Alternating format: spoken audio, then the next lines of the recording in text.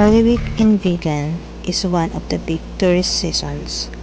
Local and foreign tourists to this city with its world ambience to experience how the Holy Week or Semana Santa, as it is locally known, has been celebrated throughout the centuries by its predominantly Roman Catholic residents. To get the full experience of this religious observance of the Passion of Death of Christ, visitors are advised to arrive on or before Palm Sunday. Throughout the Holy Week, the Church has scheduled religious activities that the Catholic faithful have grown up participating in.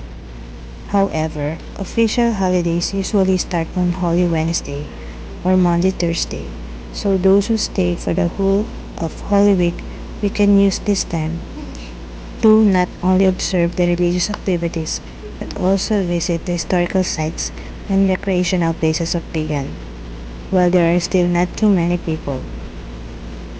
During Maundy Thursday, the local tourists would start pouring in. They usually observe the Visita Iglesia or the practice of visiting as many churches as they can. Tourists may opt to join the procession carrying candles like the devotees so that they can fully experience the tradition. They may also choose to watch from the high vantage point of their hotels for better view of the ancient statues that gleam lifelike surrounded by the candle lights carried by the people walking beside them and by the people who line the streets to light the way of the procession. Easter Sunday activities start before dawn. The scene of the meeting of Jesus and Mary is reenacted by two groups of people, one accompanying the life-size statue of Jesus, while the other group accompanies that of Virgin Mary.